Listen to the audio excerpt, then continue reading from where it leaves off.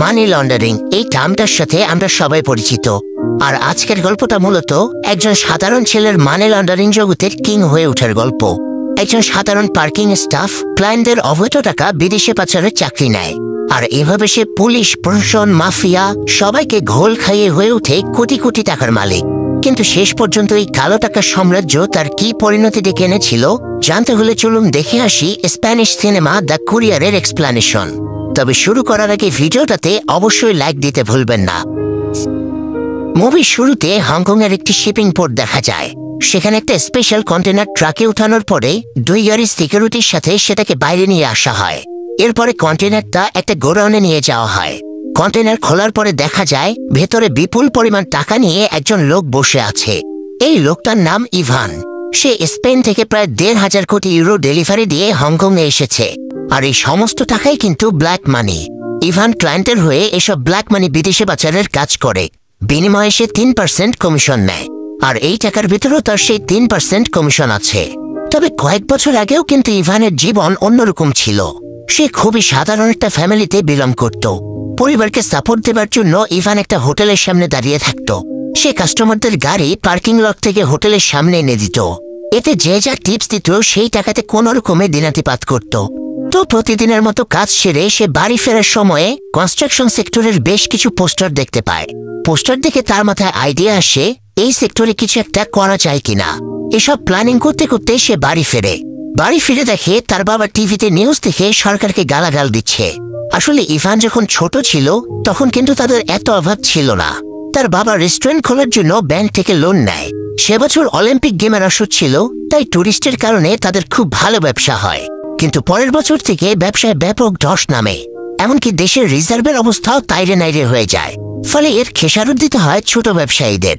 এই জন্য ইভানের বাবার ব্যবসাটা বন্ধ হয়ে যায় এবং ব্যাংকের লোন পরিশোধ করতে গিয়ে তারা প্রায় পথে বসে যায়। তো সেই থেকেই তাদের এমন দুর্দশা চলছে। যাই হোক, বাড়িতে ফ্রেশ হয়ে ইভান বন্ধুদের আড্ডায় যায়। সে কনস্ট্রাকশন সেক্টরের পোস্টারগুলো দেখে একটা প্ল্যান বানিয়েছে। সে বন্ধুদের সাথে প্ল্যানটা শেয়ার করে। প্ল্যানটা হলো তারা অল্প দামে দুর্বল ভাঙাচোরা বাড়ি কিনবে। এরপরে তারা বাড়িগুলো সার্ভিসিং করিয়ে বেশি দামে বিক্রি করবে। এভাবে অনেক টাকা লাভ করা যাবে। তবে ইভানের বন্ধুরা তার এই প্ল্যানকে পছন্দ করে না, কারণ এতে অনেক ক্যাশ টাকা প্রয়োজন। আর তারা যে ব্যাংকে লোন নেবে সেটাতেও তো অনেক ঝামেলা। এই জন্য কেউই ইভানকে সাপোর্ট দেয় না। তো ইভান এই জন্য একটু আপসেট হয়। পরের দিন সে আবারও কাজের সন্ধানে রেস্টুরেন্টের সামনে আসে। তখন সে একজন মাতাল ধনী লোককে দেখতে পায়। তার এক সহকর্মী তাকে জানায় এই লোকটা পার্লামেন্টের এমপি। এটা শোনার পরে ইভান এই লোকটাকে টার্গেট করে। ড্রিঙ্ক এবং পার্টি শেষ করে লোকটা যখন বের হচ্ছিল, ইভান তখন লোকটার গাড়িটা হোটেলের সামনে নিয়ে আসে। লোকটা ঠিক মতো হাঁটতেও পারছিল না। ইভান এই সুযোগটা কাজে লাগিয়ে লোকটাকে বলে, আপনি আমাকে 300 ইউরো দিলে আপনাকে জায়গা মতো পৌঁছে দেব। লোকটা ইভানকে বলে, তুমি যদি সঠিক সময় আমাকে পৌঁছে দাও তাহলে তোমাকে 500 ইউরো দেব। তো ইভান লোকটাকে গাড়িতে বসিয়ে টান মারে। সারা রাত গাড়ি চালিয়ে সে লোকটাকে জায়গা মতো এনে নামিয়ে দেয়। লোকটা এখানে একটা টাকা ভর্তি ব্রিফকেস ডেলিভারি দিতে এসেছিল। লোকটা একটা বাড়িতে কড়া মারলে একজন মহিলার দরজা খুলে দেয় এবং দুজনে ভেতরে চলে যায়। ইভান এদের হাবভাব দেখে বুঝে যায় এরা কোনো অবৈধ ডিল করছে। তো লোকটা ব্রিফকেস ডেলিভারি দিয়ে বাইরে আসে এবং ইভানকে তার পারিশ্রমিক দেয়। তবে গত রাতে লোকটা বলেছিল সে ইভানকে 500 ইউরো দেবে, কিন্তু এখন সে ইভানকে মাত্র 300 ইউরো দেয়। তার উপর আবার ইভানকে গাড়ি থেকেও নামিয়ে দেয় এবং বাস ধরে বাড়ি ফিরতে বলে। এতে ইভান বুঝে যায় এই রাজনীতিবিদদের কেন এত বজ্জাত বলা হয়। তো লোকটা চলে গেলে ইভান সামনের বাড়িটাতে কড়া মারলে আবারও আগের মহিলাটা বেরিয়ে আসে। এই মহিলার নাম হলো মেরি। ইভান মেরিকে বলে, আমি জানি না ওই লোকটা আপনার হয়ে কি কাজ করে, তবে আমি ওর চেয়ে অনেক ভালোভাবে কাজটা করতে পারবো। তাছাড়া ও আপনার ব্রিফকেস থেকে টাকা চুরি করেছে। এরকম একটা বাটপার লোককে বিশ্বাস না করে একবার আমাকে বিশ্বাস করে দেখুন, আমি আপনাকে ঠকাবো না। ইভানের কথা শুনে মেরি বেশ অবাক হয়। তবে টাকা চুরির ব্যাপারটা খতিয়ে দেখার জন্য সে ভেতরে গিয়ে ব্রিফকেসের টাকা গুনে দেখে সত্যিই ভেতরে বেশ কিছু টাকা কম আছে। এতে সে ধারণা করে লোকটা নিয়মিত টাকা চুরি করে তাকে প্রতারণা করছে। এই জন্য সে বাইরে ফিরে এসে ইভানকে কাজের জন্য রেখে দেয় এবং জানায় প্রতিটা কাজ কমপ্লিট হওয়ার পরে ইভানকে 10,000 ইউরো করে দেওয়া হবে। তবে কি কাজ এসব বৃত্তান্ত না শুনেই সে রাজি হয়ে যায়। কাজ পাওয়ার পরে ইভানের আনন্দ আর ধরে কে। আসলে সে এখানে একটা ট্রিক্স খাটিয়েছে। ওই লোকটা যখন মাতাল হয়ে ঘুমিয়ে পড়েছিল তখন তেল পাম্পে গাড়িতে তেল ভরার সময়ে ইভান এক ফাঁকে ব্রিফকেসটা খুলে দেখে ব্রিফকেস ভর্তি টাকা। তখনই সে ওখান থেকে কিছু টাকা চুরি করে নেয়। আর এখন সেই জেদ ধরেই সে ওই লোকটাকে ফাঁসিয়ে এই কাজটা হাতিয়ে নেয়। যাই হোক, ইভানকে প্রথম কাজ দেওয়া হয় একটা ঘোড়া ডেলিভারির। ইভান ফ্রান্সিসকো নামের এক লোকের বাড়িতে ঘোড়াটা ডেলিভারি দেয়। ফ্রান্সিসকো তার মেয়ে লেতিসিয়ার বার্থডেতে ঘোড়াটা গিফট করে। ইভান ভেবেছিল তার কাজ এখানে শুধু ঘোড়া ডেলিভারি দেওয়া, কিন্তু তার অ্যাকচুয়াল কাজ হলো ফ্রান্সিসকো তাকে একটা টাকার ব্রিফকেস দেবে আর ইভান সেটা মেরির কাছে পৌঁছে দেবে। তো ইভান টাকা নিয়ে ফিরছিল আর ভাবছিল কাজটা কত ইজি, কিন্তু মাঝপথে তাকে হঠাৎ পুলিশ আটকে দেয়। প্রথমে পুলিশ লাইসেন্স চেক করে, এরপরে গাড়ির ডিকি খুলতে বলে। ইভান ডিকিতেই টাকার ব্রিফকেসটা রেখেছিল। পুলিশ এতগুলো টাকা দেখে কৈফিয়ত চাইলে ইভান মিথ্যা করে বলে সে নিজের জমি বিক্রি করে এই টাকাগুলো পেয়েছে। তবে পুলিশ তার মিথ্যা ধরে ফেলে এবং মাথাটা গাড়ির সাথে ঠেসে ধরে। তখন ইভান ভোল পাল্টে উঁচু গলায় বলে, হয় আমাকে বাড়ি যেতে দাও, না হলে আমি দূতাবাসে ফোন করব। ওরা সবাই আমার পরিচিত। ইভানের রিয়াকশন দেখে পুলিশ তাকে ছেড়ে দিয়ে চলে যায়। তবে পরে ইভান জানতে পারে ওরা আসলে তার টেস্ট নিচ্ছিল। ওরা মূলত মেরির লোক ছিল। ইভান এরকম সিচুয়েশনে পড়লে কিভাবে হ্যান্ডেল করে এটা দেখতেই ওরা এই নাটকটা সাজিয়েছিল। তো ইভানের কাজের দক্ষতা এবং স্মার্টনেস দেখে মেরি খুব খুশি হয়। তাই সে ইভানকে 10,000 ইউরো পারিশ্রমিকের সাথে এক্সট্রা বোনাসও দেয়। পাশাপাশি দুজনের মধ্যে বেশ ভালো ভাব জমে উঠে এবং সারা রাত দুজনে পার্টি করে কাটিয়ে দেয়। পরের দিন মেরি তার হাজব্যান্ডের সাথে ইভানের পরিচয় করিয়ে দেয়। মেরির হাজব্যান্ড আরেক বজ্জাত। তার বাবা ডায়মন্ড স্মাগলিং এর কিং ছিল, আর সে নিজে টাকা পাচারের চক্র চালাচ্ছে। বলা যায় মেরি আর তার হাজব্যান্ড দুজনে মিলে বিজনেসটা চালাচ্ছে। যাই হোক, এরপর থেকে ইভান রেগুলার কাজ করতে শুরু করে। তার কাজ একটাই, ফ্রান্সিসকো তাকে টাকার ব্রিফকেস দেবে আর সে ব্রিফকেসটা ক্লায়েন্টের কাছে পৌঁছে দেবে। প্রথমের দিকে ইভানকে বেলজিয়ামের ক্লায়েন্টের কাছে টাকার ব্রিফকেস ডেলিভারি দিতে হতো, কারণ বেলজিয়াম হলো ডায়মন্ড ট্রাফিকিং এর স্বর্গ। সেখানে ব্যাংকিং সিস্টেমও খুবই ভালো, আর মাত্র 2 জন অফিসার পুরো ব্যাংকিং সিস্টেম কন্ট্রোল করত। তাই ওদেরকে ঘুষ খাইয়ে তারা ফেক ডায়মন্ড ট্রানজেকশনের নাম করে টাকাগুলো সুইজারল্যান্ডে তাদের আরেক ক্লায়েন্টের অ্যাকাউন্টে ট্রান্সফার করে দেয়। এভাবে তারা এই কালো টাকাকে সাদা বানিয়ে ফেলে। আর এই কাজে মেইন যে দালাল সে হলো ফ্রান্সিসকো। সে বেলজিয়ামের ক্লায়েন্ট আর সুইজারল্যান্ডের ক্লায়েন্টের মাঝে মিডিয়াম হিসেবে কাজ করে। কিন্তু প্রশ্ন হলো, ফ্রান্সিসকো এত কালো টাকা পাচ্ছে কোথায়? অ্যাকচুয়ালি দেশের পলিটিশিয়ান, ব্যবসায়ী থেকে শুরু করে সব দুর্নীতিবাজ লোকের সাথে ফ্রান্সিসকোর ভালো রিলেশন ছিল। বিশেষ করে কনস্ট্রাকশন সেক্টরের সাথে যারা যুক্ত তাদের কাছ থেকে বেশি টাকা পাওয়া যেত। এরা নিজেদের কালো টাকা সাদা করার জন্য ফ্রান্সিসকোকে দেয়, আর ফ্রান্সিসকো ডায়মন্ড ট্রাফিকিং এর নাম করে এই টাকাগুলো সাদা করে দেয়। বিনিময়ে ফ্রান্সিসকো মোট টাকার উপরে 3% কমিশন নেয়। এই জন্য অনেকে তাকে মিস্টার 3% বলেও ডাকে। তো যাই হোক, পরের বছর ইভানকে জেনেভাতে টাকা ডেলিভারির কাছে দেওয়া হয়। সে 14 মিলিয়ন ইউরো নিয়ে জেনেভাতে গিয়ে একটা রেস্টুরেন্টে ম্যারির সাথে দেখা করে। ম্যারি জানায় তারা আর বেলজিয়ামে টাকা পাচার করতে পারবে না, এখন থেকে তারা সব টাকা জেনেভাতেই পাচার করবে। তারা কথাবার্তা বলছিল, তখন একজোড়া কাপলের হাসাহাসিতে তারা বিরক্ত হয়ে যায়। ইভান খেয়াল করে এই কাপলের বয়সের ডিফারেন্স অনেক বেশি, মানে আমাদের কাপড় বিক্রেতা টনি আর তার এক্স হাজব্যান্ড সাদাতের মতো। ছেলেটার তুলনায় মেয়েটার বয়স অনেক কম। মেরি বলে ছেলেটার ব্রিফকেসে যা আছে তাতে যে কোনো মেয়ে তার জন্য পাগল হয়ে যাবে। তো আলোচনা শেষ করে মেরি ইভানকে একজন লোকের সাথে দেখা করতে নিয়ে যায়। এই লোকটা একজন আইটি এক্সপার্ট। সে কালো টাকা সাদা করার জন্য একটা উপায় বের করেছে। প্রথমে তারা ব্ল্যাক মানি, মানে স্পেনের কারেন্সি যেহেতু ইউরো, তাই ইউরো দিয়ে তারা ডায়মন্ড কিনবে। এরপরে যেসব জায়গায় ডলারের কারেন্সি আছে সেখানে ডায়মন্ডগুলো ডলারের দামে বিক্রি করবে এবং টাকাগুলো সুইজারল্যান্ডের সুইস ব্যাংকে রেখে দেবে। মানে ধরেন আপনি ঢাকা থেকে 1 লাখ টাকা ডায়মন্ড কিনলেন, এরপরে ইন্ডিয়া বর্ডারে গিয়ে 1 লাখ রুপিতে ডায়মন্ডগুলো বিক্রি করে দিলেন। এভাবে কালো টাকা সাদা হয়ে গেল। আর তারা যেহেতু টাকাগুলো সুইজারল্যান্ডের ব্যাংকে রাখবে, তাই স্প্যানিশ সরকার তাদের কোনোভাবেই ধরতে পারবে না। আবার তারা যদি ধরা পড়েও যায় তবুও বলতে পারবে এগুলো ডায়মন্ড বিক্রির টাকা। তাই এভাবে তারা স্মার্টলি কাজগুলো করতে পারবে। তো নতুন কাজের ব্যাপারে সবকিছু জানা এবং শেখার পরে ইভান বাসায় চলে আসে। বাসায় ফিরে রাতে সে টিভি দেখছিল। তখন সে রেস্টুরেন্টের ওই লোকটাকে নিউজে দেখতে পায়, মানে যে লোকটা হাঁটুর বয়সী গার্লফ্রেন্ড নিয়ে রেস্টুরেন্টে গিয়েছিল সে আর কি। এই লোকটা কিন্তু মোটেও সাধারণ কোনো লোক না। এই লোকটার নাম জোশ। সে অত্যন্ত ধনী ব্যক্তি এবং অনেক এমপি মন্ত্রীর সাথে তার ওঠা বসা। তার চেয়ে বড় কথা হলো এই লোকটার বউ আছে। টিভিতে জোশের সাথে তার বউকেও দেখা যাচ্ছিল।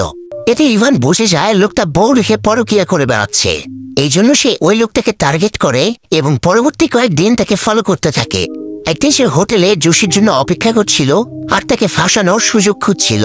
তবে এই হোটেলের একজন স্টাফ ইভানের মতো স্মার্ট ছিল। সে ইভানের হাবভাব থেকে বুঝে যায় তার এখানে আসার পেছনে কোনো মতলব আছে। তো একটু পরে জোশ গার্লফ্রেন্ড নিয়ে হোটেলে আসলে ইভান খোঁজ নেয় তারা কোন রুমে উঠেছে। জোশ সেই রুমে যাওয়ার আগে ইভান ওই রুমে ঢুকে সিক্রেট ক্যামেরা লাগিয়ে রাখার প্ল্যান করছিল। তবে রুমে ঢোকার সময় সে হোটেল স্টাফের কাছে ধরা পড়ে যায়। নিজেকে বাঁচাতে সে হোটেল স্টাফকে 10,000 ইউরো ঘুষ দেয় এবং ক্যামেরাগুলো রুমের ভেতরে লাগাতে বলে। স্টাফও টাকার লোভে তার কথা রাজি হয়ে যায়। একটু পরে জোশ গার্লফ্রেন্ড নিয়ে রুমের ভেতরে যা যা কিছু করে সব ক্যামেরায় রেকর্ড হয়ে যায়। এরপরে স্টাফ রেকর্ডটা ইভানকে দিয়ে দেয়। ইভান কি ধরনের কাজ করে এটা জানার পরে ছেলেটা বলে, আমার নাম ইয়ানিক, তোমার কি কোনো পার্টনার লাগবে? ইভান ভেবে চিন্তে দেখে ইয়ানিক বেশ স্মার্ট, সে যে কোনো পরিস্থিতি সামাল দিতে পারে, আবার সে মারপিটেও এক্সপার্ট। এই জন্য সে ইয়ানকে নিজের পার্টনার বানিয়ে নেয়। এরপরে দুজনে মিলে জোশের কাছে গিয়ে তাকে ভিডিওটা দেখিয়ে ব্ল্যাকমেল করে। ইভান জানায় সে স্পেন থেকে সুইজারল্যান্ডে টাকা পাচার করে, তবে সে এখন এই শহরেও একটা শাখা খুলতে চাইছে। আসলে মোদ্দা কথা হলো ইভান আর ফ্রান্সিসকোর আন্ডারে কাজ করতে চাইছিল না, সে এখন নিজেই আলাদাভাবে কাজ করতে চাইছিল। আর কাজ করতে গেলে তো ক্লায়েন্টের প্রয়োজন, এই জন্যই মূলত সে জোশকে টার্গেট করে। সে জোশকে ব্ল্যাকমেল করে বলে জোশ যেন তার পরিচিত এমপি, মন্ত্রী আর ব্যবসায়ী সবার সাথে ইভানকে পরিচয় করিয়ে দেয়। সে তাদের সব কালো টাকা সাথে করার ব্যবস্থা করে দেবে। তাই বাধ্য হয়ে জোশ তার পরিচিতদের সাথে ইভান এবং ইয়ানিককে পরিচয় করিয়ে দেয়। কিন্তু তারা অলরেডি ফ্রান্সিসকোর মাধ্যমে কাজগুলো করাতো। তাছাড়া ইভান এই লাইনে নতুন, তাকে তেমন কেউ চেনেও না, তাই কেউ তাকে কাজ দিতে ভরসা পাচ্ছিল না। তবে জোশ সবাইকে রাজি করিয়ে ইভানকে কাজগুলো পাইয়ে দেয়। তো এককভাবে কাজ শুরু করে ইভান বেশ মোটা অঙ্কের টাকা কামাতে শুরু করে। এই ব্যাপারটা মেরিও জেনে যায় এবং ইভানের সাথে দেখা করতে আসে। ইভান ফ্রান্সিসকোর ক্লায়েন্টদের বাগিয়ে নিচ্ছে, এই জন্য সে ইভানকে সতর্ক করে দিয়ে বলে, টাকা যেমন মানুষকে অনেক উপরে তুলে দেয়, তেমনি টাকা এবার মানুষকে ধ্বংস করে দেয়। তাই সে ইভানকে নিজের রেঞ্জের ভেতরে থেকে কাজ করতে বলে।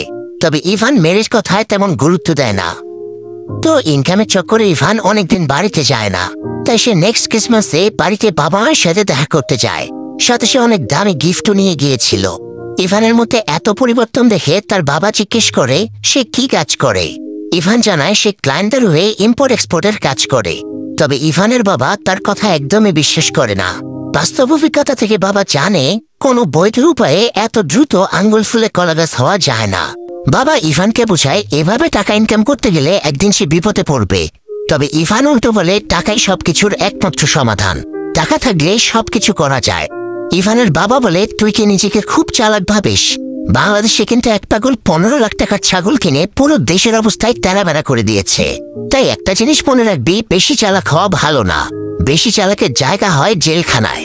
ইভান এবার বাবার উপরে ক্ষেপে যায় এবং বলে সে প্রয়োজনে জেলে যাবে, তবুও বাবার মতো গরিব হয়ে জীবন কাটাতে পারবে না। তো নীতিনৈতিকতা নিয়ে বাবা ছেলের মাঝে বেশ ঝামেলা হয় এবং ইভান বাড়ি থেকে বেরিয়ে যায়। এরপরে সে তার পুরনো বন্ধুদের সাথে দেখা করে। বন্ধুরা এখন কি করছে জানতে চাইলে তারা জানায় তারা এখন ইভানের কনস্ট্রাকশন প্ল্যান অনুযায়ী কাজ করছে। তারা ব্যাংক থেকে লোন নিয়ে পুরনো বাড়ি কিনে সেগুলো সারিয়ে ডাবল দামে বিক্রি করছে। লাভের টাকায় তারা একটা নতুন গাড়িও কিনেছে। তবে সে সময় তারা ইভানের প্ল্যানকে পাত্তাই দেয়নি, আর এখন ওরা সেই প্ল্যানে ইনকাম করছে, অথচ ইভানকে কিছু জানায়ও নি। এই জন্য ইভান কিছুটা আপসেট হয়। তবে সে ওদেরকে কিছু না বলে শুধুমাত্র শুভকামনা জানিয়ে চলে আসে। তো যাই হোক, মার ফেলাতে ফিরে এসে সে আবারও কাজে লেগে পড়ে। একদিন সে জোশের পার্টিতে অ্যাটেন্ড করে। তবে এই পার্টিতে কারা আসছে যাচ্ছে সেটা আবার দুজন পুলিশ অফিসার নজর রাখছিল। পার্টিতে ইভানকে দেখে পুলিশ কমিশনার তার অ্যাসিস্ট্যান্টকে ইভানের ব্যাপারে ডিটেলস বের করতে বলে। অ্যাসিস্ট্যান্ট জানায় ইভান রিসেন্টলি জোশের হয়ে কাজ শুরু করেছে, তবে তার অতীতের কোনো ক্রাইম রেকর্ড নেই। কমিশনার বুঝে যায় ইভান এই দুনিয়ার নতুন পাপী। তো এই পার্টিতে ফ্রান্সিসকো এবং তার মেয়ে লেতিসিয়াও এসেছিল।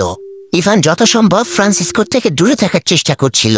তবে লেতিসিয়াকে সামনে পেয়ে ইভান তার সাথে ভাব জমানোর চেষ্টা করে, কিন্তু এই সময় ফ্রান্সিসকো সেখানে চলে আসে এবং ইভানকে থ্রেট দিয়ে বলে, তুমি আমার ক্লায়েন্টদের কেড়ে নিয়েছ, তোমার ইনকামের চক্করে আমার অনেক লস হয়ে যাচ্ছে, তাই সময় থাকতে শুধরে যাও, আমি এখানে কোনো কম্পিটিশন চাই না। ইভান ফ্রান্সিসকো থ্রেট শুনে কোনো রিয়াকশন করে না, বরং সে চুপচাপ ইয়ানিককে নিয়ে বেরিয়ে আসে। তবে রাস্তায় তাদেরকে ফ্রান্সিসকোর লোকেরা আটকায় এবং বেতন পেটায়। মার খাওয়ার পরে ইভানের হুঁশ হয় এবং বুঝতে পারে পানিতে থেকে কুমিরের সাথে শত্রুতা করা যাবে না। তাই সে সোজা ফ্রান্সিসকোর কাছে যায় এবং অফার দেয় ইভান যা ইনকাম করবে ফ্রান্সিসকোকে তার 20% কমিশন দেবে। তবে ফ্রান্সিসকো 30% কমিশন চায়। আর শেষ পর্যন্ত তারা ডিল করে এই বছরে তারা ফ্রান্সিসকোকে 30% হারে কমিশন দেবে, তবে পরের বছর থেকে 20% হারে কমিশন দেবে। তো দুই পক্ষ ডিল ফাইনাল করার পরে ফ্রান্সিসকো আরেকটা ব্যাপারে ইভানকে সতর্ক করে দেয়। ফ্রান্সিসকো জানতো ইভান একটা বজ্জাত, এই জন্য সে ইভানকে তার মেয়ে লেতিসিয়ার কাছ থেকে দূরে থাকার নির্দেশ দেয়। ইভান শর্ত মেনে নিয়ে বেরিয়ে যায়। এরপর থেকে সে ফুল দমে কাজ শুরু করে। নেক্সট 2-3 বছরে সে বলা যায় টাকার পাহাড় জমিয়ে ফেলে। ছোট লোক যখন হুট করে অনেক টাকার মালিক হয়ে যায় তখন তার আচার আচরণও অনেক চেঞ্জ হয়ে যায়। তার ভেতরে অহংকার জেগে উঠে। ইভানের বেলাতেও সেম অবস্থা হয়। ইভানের পাত্তা না পেয়ে একদিন ম্যারি তার সাথে দেখা করতে আসে। যেই ম্যারির লেজ ধরে সে এই লাইনে এসেছিল সেই ম্যারিকে সে অপমান আপদস্থ করে। ম্যারি চুপচাপ সব সহ্য করে নিয়ে বলে তার হাজব্যান্ড একটা ইনফরমেশন পেয়েছে। গোপনে ফ্রান্সিসকোর ব্যাপারে পুলিশ ইনভেস্টিগেশন করছে। তাই ফ্রান্সিসকোর সাথে যারা জড়িত আছে পুলিশের কাছে সবার ব্যাপারেই তথ্য আছে। বাই চান্স যদি পুলিশ ফ্রান্সিসকোকে ধরে ফেলে তাহলে তারা সবাই ফেসে যাবে। মানে মূলত এই ব্যাপারটা ইভানকে জানাতে এসেছিল, আর কথাটা জানিয়ে সে চলে যায়। ম্যারির কথাগুলো শোনার পরে ইভান বেশ বিচলিত হয়ে পড়ে। পরবর্তী কিছুতেই সে খেয়াল করে একটা গাড়ি তাকে ফলো করছে। সে সহজেই বুঝে যায় এরা আন্ডারকভার পুলিশ। এই জন্য সে এর থেকে বাঁচার একটা উপায় ভাবতে থাকে। সে যেহেতু অনেক স্মার্ট তাই এই পরিস্থিতি হ্যান্ডেল করারও একটা উপায় পেয়ে যায়। এই জন্য সে সোজা কমিশনারের কাছে যায় এবং বাজিয়ে দেখার চেষ্টা করে পুলিশ তার ব্যাপারে কতটুকু জানে। তবে কমিশনার ইভানের ব্যাপারে প্রায় সবকিছু জেনে গিয়েছিল। তাই সে কমিশনারের সাথে একটা ডিল করে। সে ফ্রান্সিসকো এবং তার ক্লায়েন্টের ব্যাপারে তথ্য দেবে, বিনিময়ে পুলিশ তাকে এই ঝামেলা থেকে প্রোটেক্ট করবে। কমিশনার রাজি হয়ে গেলে ইভান ফ্রান্সিসকো সব তথ্য জানিয়ে দেয়। পাশাপাশি তার উপরে যাতে ফ্রান্সিসকো বা অন্য কেউ সন্দেহ না করে এই জন্য প্রথমে সে তার পার্টনার ইয়ানিককে দূরে সরিয়ে দেয়। এরপরে সে লেতিসিয়াকে তার সাথে বিদেশে ট্যুর দেওয়ার প্রপোজাল দেয়। লেতিসিয়া যেহেতু এমনিতেই ইভানের উপরে দুর্বল ছিল তাই সেও কিছু না ভেবে রাজি হয়ে যায়। এরপরে ইভান লেতিসিয়াকে নিয়ে কয়েকদিনের জন্য ট্যুরে চলে যায়। সে লেতিসিয়াকে বিভিন্ন গিফট এবং সারপ্রাইজ দিয়ে বিজি রাখছিল। আর ততদিনে পুলিশ জোশ, ফ্রান্সিসকো সহ তার ক্লায়েন্টদের গ্রেফতার করে নেয়। একদিন হোটেলে বসে লেতিসিয়া টিভির নিউজ দিয়ে বাবার গ্রেফতারের খবরটা জানতে পেরে অস্থির হয়ে যায়। সে দ্রুত ব্যাগপত্র গুছিয়ে বাড়ি চলে আসে। ইভানও তাকে আটকায় না, কারণ তার স্বার্থ তো হাসিল হয়ে গিয়েছে। আহা, পুরুষ বড় বেইমান রে। যাই হোক, এটাই বাস্তব, হা হা হা। তো এরপরে ইভানও দেশে ফিরে আসে এবং ম্যারি আর তার হাজবেন্ডের সাথে দেখা করে বলে এখন ফ্রান্সিসকো জেলে আছে, তাই পুরো ফিল্ড ফাঁকা। এই সুযোগে যদি সে ফ্রান্সিসকোর সব ক্লায়েন্টের কাজগুলো হাতিয়ে নেয় তাহলে সে একাই মানি লন্ডারিং জগতে রাজ করতে পারবে। তবে ম্যারি এবং তার হাজবেন্ড বলে এখন পরিস্থিতি গরম, পরিস্থিতি ঠান্ডা না হওয়া পর্যন্ত তাদের আন্ডারগ্রাউন্ডে চলে যাওয়া উচিত, না হলে তাদেরও বিপদে পড়ার চান্স আছে। পরিস্থিতি ঠান্ডা হলে তারা আবারও ফিরে এসে কাজ শুরু করতে পারবে। এরা যেহেতু এই লাইনে অনেক অভিজ্ঞ তাই এবার ইভানের মনে হয় এদের পরামর্শ মেনে নেওয়া উচিত। এই জন্য সে ইয়ানিককে ডেকে নিয়ে মাদ্রিদে চলে যায়। পরবর্তী কয়েক মাস তারা পার্টি ফার্টি মস্তি করে কাটিয়ে দেয়। একদিন সে দুই পাশে দুটো পরী নিয়ে শুয়েছিল। এ সময় সেখানে হঠাৎ লেতিসিয়া চলে আসে এবং ইভানের আসল রূপটা দেখে ফেলে। সে তখনই ইভানের সাথে ব্রেকআপ করে চলে যায়। ঠিক ওই সময় আবার ইভানের মায়ের ফোন আসে এবং জানায় যে ইভানের বাবা মারা গিয়েছে।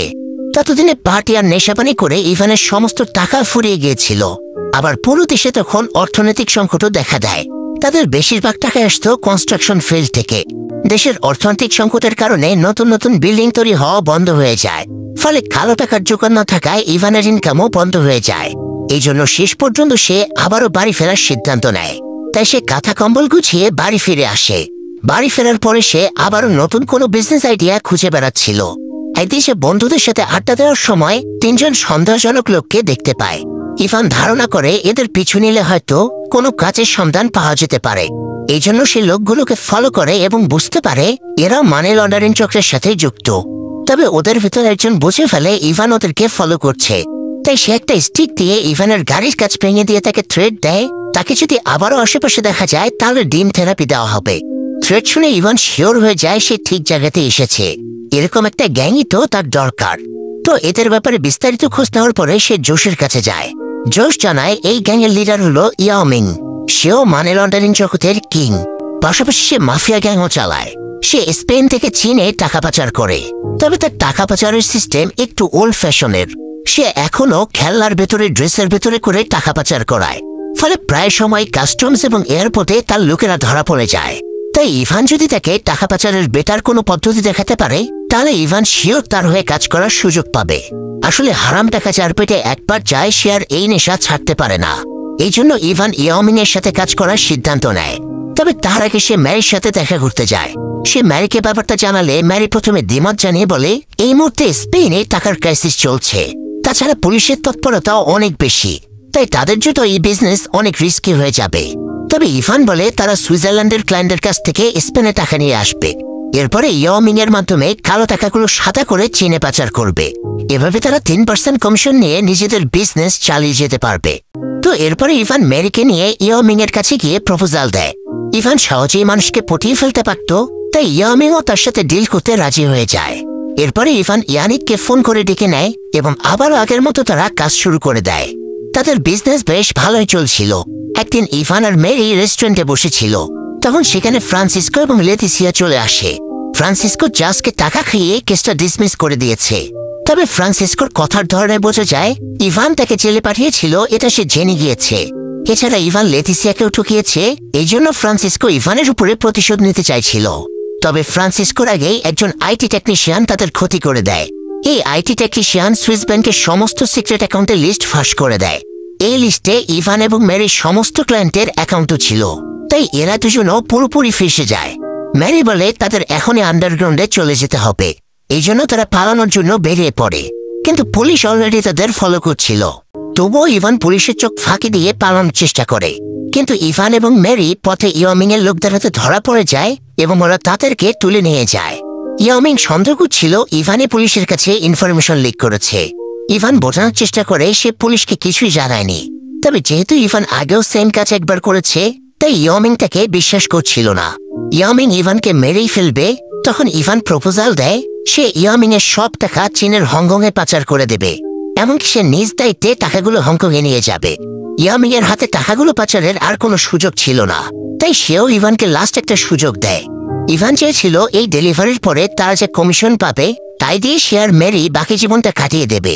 এসব অবৈধ লাইনে তারা আর থাকবে না। তাছাড়া এই দেশ থেকে তারা সহজে সেফ এক্সিটও পাবে না। তাই টাকার সাথে যদি ইভানও চীনে চলে যায়, তাহলে সেখানে নতুন জীবন শুরু করতে পারবে, কারণ ওখানে তো আর কেউ তাকে চেনে না। তো তারা টাকা পাচারের জন্য ইভানের কথা মতো কন্টেনার লোড করে। ইভান কন্টেনারের ভেতরে লুকিয়ে থাকে। এখন তার দায়িত্ব হলো এই 1500 কোটি প্লাস ইউরো হংকংয়ে পৌঁছে দেওয়া। তো এরপরে তারা যাত্রা শুরু করে। তারা কিভাবে হংকংয়ে কন্টেনারটা নিয়ে যায় সেটা মুভিতে দেখানো হয়নি, তবে তারা সফলভাবে হংকং পোর্টে কন্টেনারটা নিয়ে যায়। মানে আমরা মুভির প্রথম দৃশ্যে যে শিপিং পোর্টের সিনটা দেখেছিলাম আর কি। তো কন্টেনার গোডাউনে নিয়ে আসার পরে ইভানও ভেতর থেকে বেরিয়ে আসে। সবগুলো টাকা গুনে দেখা যায় টাকার পরিমাণ একদম ঠিকঠাক আছে, অর্থাৎ ইভান তার কাজে সফল হয়েছে। এই আনন্দে ইভান একটা স্টেডিয়ামে পার্টি করতে যায়। সে মহা আনন্দে পার্টি করছিল, তখন হঠাৎ সেখানে হংকং পুলিশ চলে আসে এবং জানায় স্পেন থেকে ইভানের নামে ইন্টারন্যাশনাল ওয়ারেন্ট জারি হয়েছে। এই বলে পুলিশ তাকে গ্রেফতার করে এবং স্পেনে ফেরত পাঠায়। ইভান যেই কমিশনারের কাছে ফ্রান্সিসকোর তথ্য লিক করেছিল সেই মূলত তার কেসটা লিড করছিল। সে কমিশনারকে 1 মিলিয়নেরও ক্যাশ খুশির অফার দেয়। তবে কমিশনার খুব সৎ এবং নিষ্ঠাবান ছিল, তাই সে ইভানের অফার রিজেক্ট করে দিয়ে বলে ইভানের অন্তত 20 বছরের জেল হবে। ইভান যদি দেশের বেস্ট লয়ারকেও হায়ার করে তবুও তাকে মিনিমাম 15 বছর জেল খাটা লাগবে। এটা শুনে ইভান ক্ষেপে যায় এবং বলে সে 48 ঘন্টার ভেতরে ছাড়া পাবে। ম্যারি যেহেতু এখনো বাইরে ছিল, তাই ইভানের আশা ছিল ম্যারি যেভাবেই হোক তাকে ছাড়িয়ে নিয়ে যাবে। কিন্তু কমিশনার জানায় ম্যারি ইভানকে ধরিয়ে দিয়েছে। আসলে ম্যারি নিজের জীবন বাঁচানোর জন্য ইভানের সমস্ত তথ্য পুলিশকে দিয়ে দিয়েছে। এটা শোনার পরে ইভানের মন সম্পূর্ণভাবে ভেঙে যায়। একটু পরে ইভানকে যখন কাস্টডিতে নিয়ে যাওয়া হচ্ছিল, তখন সে ম্যারিকে বেরিয়ে যেতে দেখে। ম্যারি এমন রিয়াকশন দিচ্ছিল যেন সে ইভানকে চেনেই না। ইভানও বুঝতে পারে আরেকজনের জন্য গর্ত খুললে নিজেকেও সেই গর্তে পড়তে হয়। সে যেভাবে ফ্রান্সিসকোর সাথে প্রতারণা করেছিল, একইভাবে ম্যারিও তার সাথে প্রতারণা করলো। যাই হোক, নেক্সট কিছুদিন প্রচুর ধরপাকড় চলে এবং মানি লন্ডারিং এর সমস্ত সিন্ডিকেট ভেঙে যায়। এর কিছুদিন পর একজন রিপোর্টার এসে ইভানের সাক্ষাৎকার নেয়। ইভান এতদিনে বুঝতে পেরেছে তার বাবা ঠিকই বলেছিল, বেশি চালাক লোককে শেষ পর্যন্ত জেলেই যেতে হয়। সে তার বাবার কথাটা সাক্ষাৎকারে বলে এবং সবাইকে সতর্ক করে দেয় কেউ যেন টাকার লোভে না পড়ে। টাকার লোভ মানুষকে ধ্বংস করে দেয়। আর এই সুন্দর পরামর্শের মধ্য দিয়ে মুভিটা এখানেই শেষ হয়ে যায়।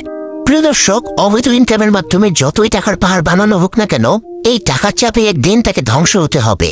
সৎ ব্যক্তিকে আল্লাহ পছন্দ করেন, তাই তার আপদ বিপদও তিনি দূর করে দেন।